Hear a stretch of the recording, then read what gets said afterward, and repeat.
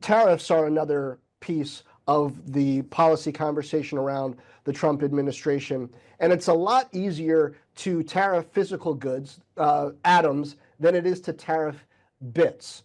And so I wonder, to what degree are the companies that you're talking with who deal more with atoms, to what degree are they thinking about this immigration challenge differently than the companies that deal primarily with bits? If you need to physically have people in a certain location in order to provide a product or service to make it to interact with the customer, I imagine that's different than if you're mainly creating software.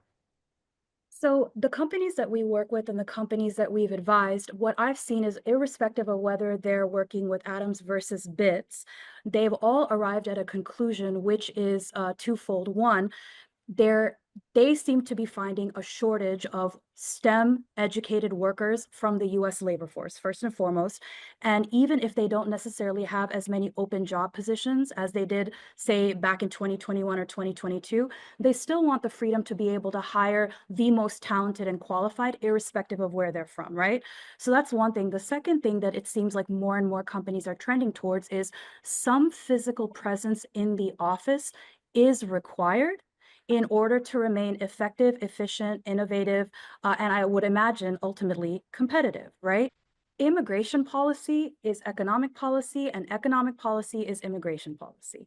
And for any company in any industry, irrespective of whether it's atoms or bits, in order for them to remain competitive, it comes down to their ability to hire who they feel is hands down the most talented, right?